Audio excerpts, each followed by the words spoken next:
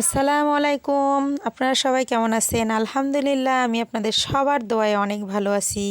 আজকে আমি আপনাদেরকে নিয়ে যাব আমার আরেক মায়ের বাসা। দেখেন মাটির বাড়ি, মাটির ঘর, মাটির সব কিছু, এত সুন্দর জায়গা। আপনাদেরকে কেমন লাগে অবশ্যই আমাকে কমেন্টে জানাবেন।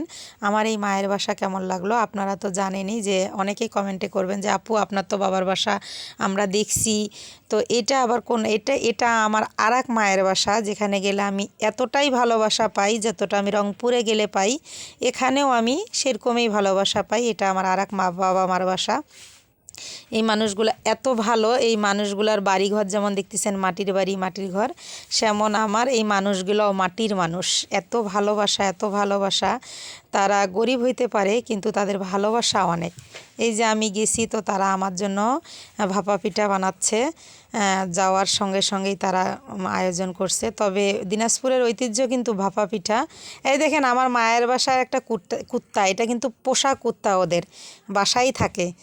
আর এই যে আমার জন্য ভাপা পিঠা বানাইছে, কিন্তু আমার মায়ের বাসায় ভাপা পিঠা কিন্তু মাছ দিয়ে খায় ওরা, মাছ তরকারি দিয়ে, ঐতিহ্য মাছ তরকারি দিনাজপুরের। আপনারা কে কীভাবে খান অবশ্যই আমাকে কমেন্টে জানাবেন। ভালো লাগলে লাইক কমেন্ট শেয়ার করবেন। আর মাছ তরকারি দিয়ে কে কে ভাপা পিঠা পছন্দ করেন এটাও আমাকে বলবেন, আমাকে ভালো লাগবে। এই যে আমি মাছ এমনি খাচ্ছি।